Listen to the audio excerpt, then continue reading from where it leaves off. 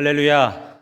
네, 오늘도 말씀 앞에 나오신 모든 성도님들을 주님의 이름으로 축복합니다. 서로 인사하겠습니다. 축복합니다.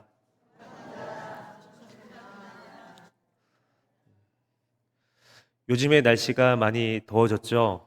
네, 이렇게 시원한 에어컨 바람이 있는 실내에서는 그나마 견딜만 한데 이 밖에 조금만이라도 걸어가게 되면은 쉽게 지치는 것 같습니다. 특히나 요즘 날씨의 일교차가 매우 심각한 것 같습니다. 일교차가 매우 심하다 보니까 우리 주변에 많은 사람들이 지쳐 있는 것 같습니다. 감기 환자도 많아졌고 또 무기력해 보이는 일 또한 많이 늘어난 것 같습니다.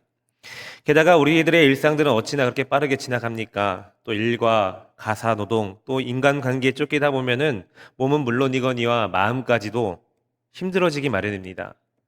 그런데 사실 우리가 직면한 진짜 문제는 이 단순한 육체의 피로가 아닙니다.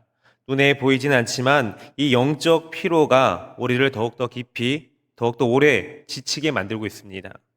육신은 잠시 쉬면 회복되겠지만 이 영혼은 지치고 상처받으면 쉽게 회복되지가 않습니다. 그래서 우리에게는 단순한 휴식이 아니라 이 영적 회복과 새 힘이 필요합니다. 오늘 본문 말씀인 이사야 40장의 말씀은 바로 그러한 영적 회복과 힘을 주시는 하나님에 대해서 말씀하고 있습니다. 이스라엘 백성들은 머지않아서 이 바벨론의 침략을 받게 되어 나라를 잃고 포로로 끌려가게 될 것입니다. 그리고 그 포로 생활 가운데서 깊은 고통을 겪은 후에야 비로소 하나님의 긍휼하심으로 회복할 수 있습니다. 이사야 선지자는 하나님의 계시로 이 모든 역사적 흐름을 미리 꿰뚫어 보고 있습니다. 그래서 그는 아직은 평화롭고 안정된 시기였지만 장차 이스라엘이 당하게 될 고난과 심판에 대해 미리 경고하며 눈물로 백성들을 깨우치려 했습니다. 하지만 그 시대의 대부분의 사람들은 이사야의 메시지를 들으려 하지 않았습니다. 그들은 장차 이 닥칠 심판을 현실로 받아들이지 않았고 이사야의 외침은 허무맹랑한 위협이나 지나친 비관으로만 여겨고 전혀 들으려 하지 않았습니다. 당시 이스라엘 백성들은 형식적인 예배만을 드리면서 하나님 앞에 신실하다라고 착각했습니다. 하나님이 언제나 자기들을 지켜주실 것이라 믿었기 때문에 이방 민족이 나라를 멸망시키고 포로로 끌고 갈 것이라는 경고는 아예 귀 기울이조차도 않았습니다. 이사야는 이러한 사실을 너무나도 분명히 알고 있었기 때문에 아직 그 일이 일어나기 전이겠지만 안타까운 마음으로 하나님의 경고 메시지를 선포하고 있습니다. 그리고 이러한 내용을 이사야는 앞으로 포로 생활을 하게 될 이스라엘 백성들이 훗날 겪게 될 혼란과 낙심 가운데서 하게 될 탄식을 미리 보여주고 있습니다. 실제로 포로 생활을 겪고 있는 백성들에게 어떠한 의미로 다가갔을지에 대해서 그 상황에 맞춰서 메시지를 선포하고 있습니다. 하나님께서는 이스라엘 백성들이 포로가 되기 훨씬 이전부터 그들이 그 고난 중에 어떠한 마음을 들지를 아시고 그때 꼭 들려주고 싶은 위로의 말씀을 미리 이사야를 통해서 전하고 계신 것입니다. 오늘 우리는 이러한 본문 말씀을 통하여서 하나님께서 지치고 낙심한 백성들이 다시 힘을 얻고 영적 회복을 이루기 위해서는 어떠한 삶을 살아가야 되는지 오늘 말씀을 통해서 함께 나눠보겠습니다. 먼저 첫 번째로 우리 믿음의 성도들은 늘 하나님 곁에 붙어 있어야 합니다. 27절 말씀입니다.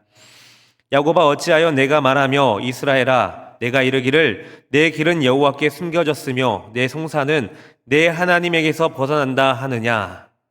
당시 바벨론에서 포로 생활을 하던 이스라엘 백성들은 하나님이 그들을 버리셨다라고 생각을 합니다. 그들은 자신들의 삶을 하나님이 돌보지 않을 뿐이 아니라 그들의 송사와 기도 역시 듣지 않으신다라고 여기고 있습니다. 또한 하나님은 그들의 기도와 요구를 들어주실 수 없는 분이다라고 말하면서 하나님의 능력과 지혜를 의심합니다. 하나님께서 자신들의 사정을 알고 있다라면 자신들의 그 길을 열어주셔야만 하는데 자신들의 길이 꽉 막혀 있다라는 것입니다. 자신들의 원통함을 풀어주시지 않느냐면서 그렇게 하나님 앞에 불만을 토로하고 있습니다. 그런데 이사야 선지자는 이러한 원망과 불평과 억울함을 호소하는 이스라엘 백성들에게 이러한 사실을 깨우쳐주고 있습니다. 과연 하나님께서 너희들을 생각하는 것처럼 너희를 버리셨느냐? 너희들의 기도를 진짜 외면하시느냐라고 하며 반문하고 있습니다. 이 말에는 여러 가지 내용들이 내포되어져 있습니다. 이스라엘 백성들이 포로 생활을 하게 된 이유는 그들은 우상 숭배를 했고 음란했고 하나님께 불순종하며 하나님을 무시했습니다. 하나님께서는 수많은 선지자들을 보내시면서 수차례 경고하고 또 경고하셨습니다. 그러나 이스라엘 백성들은 그 경고마저 듣지 않습니다. 그 일을 그들은 까맣게 잊고서 자신들이 당하고 있는 처지만을 원통해하고 억울해하고 있는 것입니다. 본래 이스라엘 백성들은 하나님께 붙어 있어서 그분의 능력과 은혜로 살아가야 되는 자들입니다. 하나님과 떨어진 삶은 영적으로 생명력이 끊어진 상태와도 같습니다. 하나님의 도우심이 없는 이스라엘은 이스라엘이 아닌 것입니다. 그런데 이스라엘 백성들은 하나님과의 관계를 소홀히 하면서 어려움이 닥쳤을 때에만 하나님의 도움을 구하고 있었던 것입니다. 사실 이러한 모습은 우리의 문제이기도 합니다. 우리가 이 세상 가운데서 삶을 살아가지만 그렇다라고 해서 우리 믿음의 성도들이 하나님과 멀어진 삶을 살아가서는 안 되는 것입니다. 우리 믿음의 성도들은 늘 하나님과 동행하면서 이 세상 가운데서 하나님의 형상을 나타내며 빛과 소금의 존재로 살아가야 되는 것입니다. 그런데 우리가 하나님과 함께 살아가지 못하면서 그렇게 세상 가운데 놓여지게 된다면 우리는 하나님의 자녀로서 이 세상을 살아가는 것이 아니라 그저 영적으로 무너진 상태 가운데서 이 세상에 휩쓸려가는 자들이 되고 말 것입니다. 그렇기에 우리 믿음의 성도들은 늘 하나님께 붙들린 삶을 살아가는 것이 중요합니다. 매일 하나님의 말씀으로 매 순간 하나님 앞에 기도함으로써 늘 입술에 하나님을 송축하는 찬양이 끊이지 않아야 되는 것입니다. 하나님과의 연합이 없이는 우리의 믿음의 삶 또한 존재할 수가 없습니다. 그러므로 우리는 늘 하나님 곁에 붙어 살아가야 되는 자들입니다. 우리가 이러한 삶을 살아갈 때 우리는 하나님께 붙들림 바 되어져서 이 세상 가운데서도 영적으로 무너지지 않고 세상을 변화시키는 힘과 능력으로 살아가는 것입니다. 예전에 제가 근교로 여행을 다녀왔을 때 일입니다. 그날 제가 피치 못하게 휴대폰을 충전하지 못하고 급하게 집을 나서게 되었습니다. 그런데 집을 나선 지 얼마 되지 않아서 이 휴대폰에 배터리가 얼마 남지 않았다라는 경고의 메시지를 받게 됩니다. 그때부터 갑자기 저는 초조해지기 시작했습니다. 휴대폰 배터리가 다 방전이 되어서 휴대폰이 꺼지면 어떻게 해야지?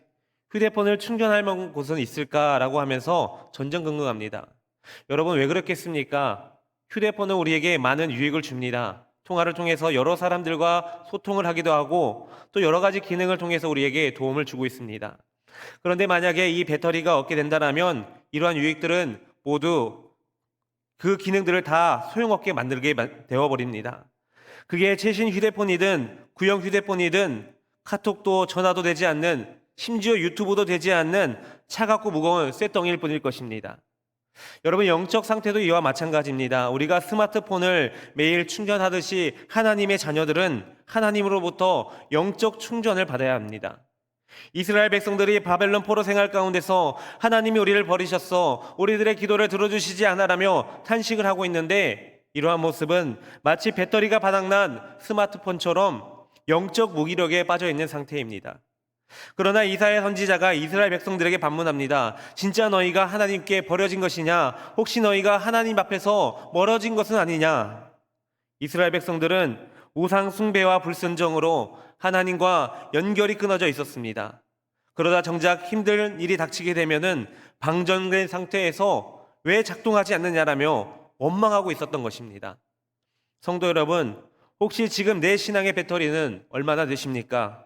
하나님의 품을 떠난 시간이 길어질수록 우리는 점점 무기력해질 수밖에 없을 것입니다. 오늘 이스라엘 백성들을 향한 이사야 선지자의 외침을 우리는 늘 기억해야 될 것입니다.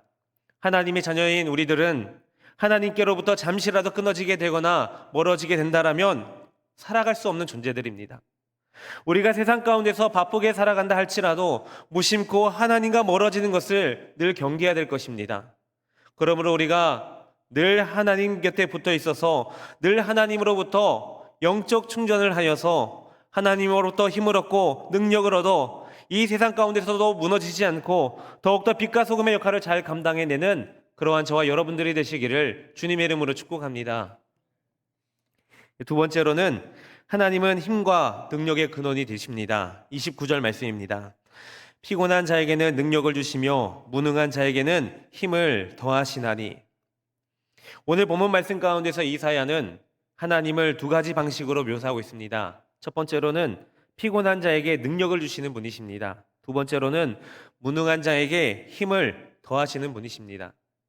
이 두 가지 표현은 단순히 피곤한 자를 위로하거나 지친 자를 응원하는 수준이 아닙니다. 전혀 힘이 없는 이들에게 하나님께서 능력 그 자체를 공급해 주신다라는 뜻입니다. 그러니까 하나님께서는 있는 힘을 회복시키는 분일 뿐이 아니라 힘이 전혀 없는 자들에게 새 힘을 창조하여 주시는 분이시다라는 뜻입니다. 하나님은 단지 위로의 말을 건네시는 분이 아니라 실제로 힘과 능력을 주시는 분이십니다. 지친 자들에게 새 힘을 주시고 아무것도 할 수 없는 무기력한 자들에게는 다시 일어설 수 있는 힘과 능력을 주십니다. 이스라엘 백성들은 바벨론 포로 생활 속에서 완전히 무너진 상태였습니다. 그들은 자신들이 너무나도 지쳐 있었고 스스로 아무것도 할 수 없다라고 느끼며 절망하고 있습니다. 그때 이사야 선지자는 이렇게 선포하고 있습니다. 피곤한 자에게는 능력을 주시며 무능한 자에게는 힘을 더하시나니. 하나님은 지치고 힘없는 자에게 힘을 주시는 능력의 근원이신 하나님이십니다. 우리는 살아가면서 참으로 많은 위로와 격려가 필요할 때가 있습니다. 지치고 힘이 들 때 누군가 때로는 따뜻한 말 한마디, 힘을 내세요, 당신은 정말 잘하고 있습니다 라는 이러한 말을 들을 때는 때로는 큰 위로가 되기도 합니다.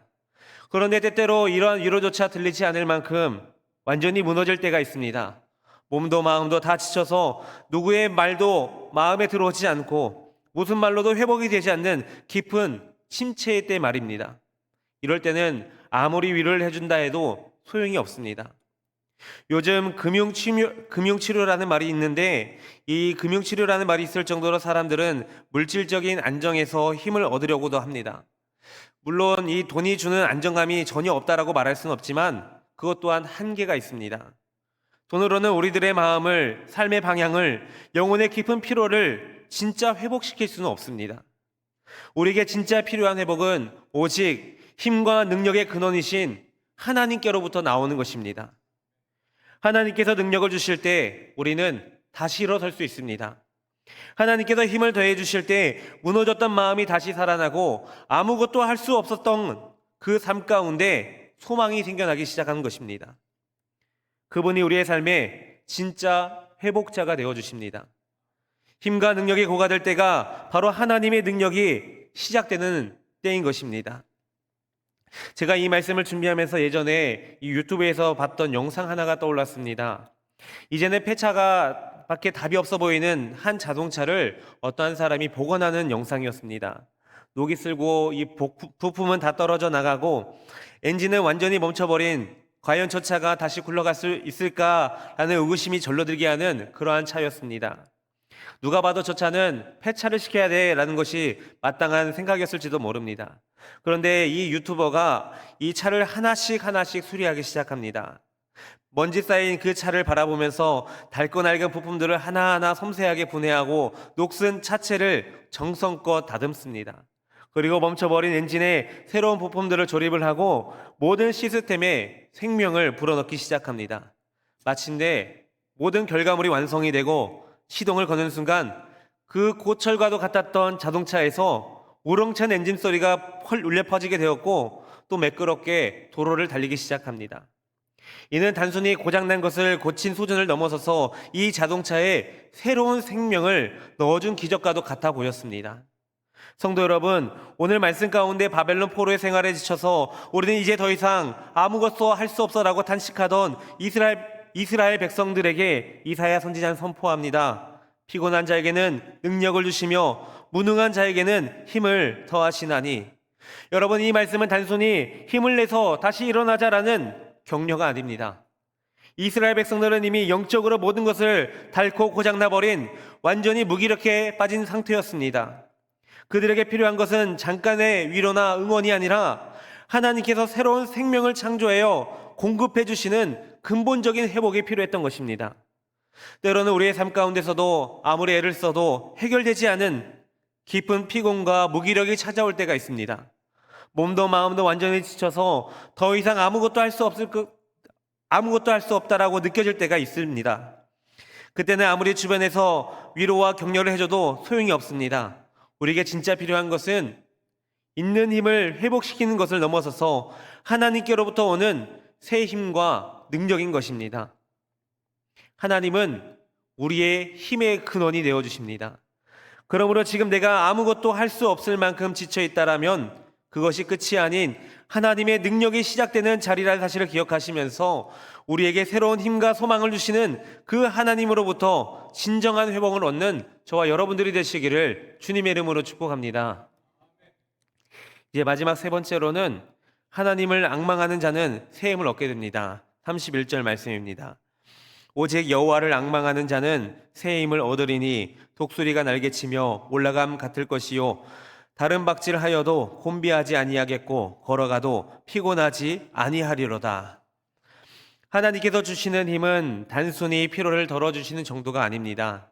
하나님은 전혀 새로운 차원의 힘, 이전에는 없던 능력을 창조해서 우리에게 공급해 주시는 분이십니다. 이 힘을 얻는 길은 분명합니다. 바로 여호와 하나님을 앙망하는 것입니다. 앙망하다라는 것은 단순한 기다림이 아니라 하나님을 간절히 바라보고 그분만을 희망하며 전심으로 그분을 기대하는 태도입니다. 다시 말하자면 하나님이 일하실 것을 믿고서 그분에게 시선을 떼지 않는 것입니다. 오늘 31절 말씀은 이렇게 약속하고 있습니다. 오직 여호와를 앙망하는 자는 새 힘을 얻으리니 독수리가 날개치며 올라감 같을 것이요 다른 박질하여도 곤비하지 아니하겠고 걸어가도 피곤하지 아니하리로다.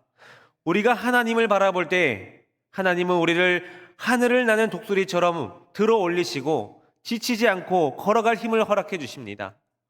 세상의 위로나 조건이 줄 수 없는 근본적이고 본질적인 회복이 우리 안에 일어나는 것입니다. 그렇다면 하나님을 앙망하는 삶이란 과연 무엇을 말하겠습니까? 단지 교회에 나와서 예배하거나 기도 시간에 하나님을 바라보는 것만으로 끝나버린 것이 아닙니다. 하나님을 앙망한다라는 것은 우리 일상의 모든 순간마다 하나님의 앞에 그 시선을 고정하는 것입니다. 하나님을 앙망한다라는 것은 그분을 간절히 바라며 기다리고 희망하는 것입니다. 그분이 내 삶을 회복시키시고 새 힘을 주실 것을 믿고 신뢰하는 것입니다.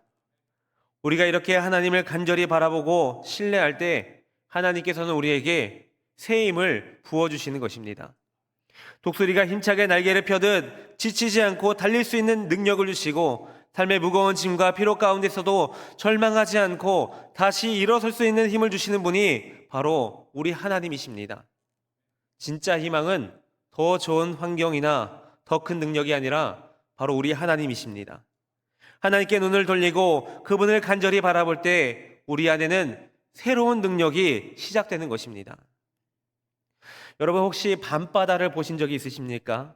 제가 군대에 있을 때 해안 경계를 했었습니다. 그래서 이 밤바다를 보면서 느낀 건데 우리가 상상하는 그러한 밤바다는 없구나라는 것을 깨닫게 되었습니다.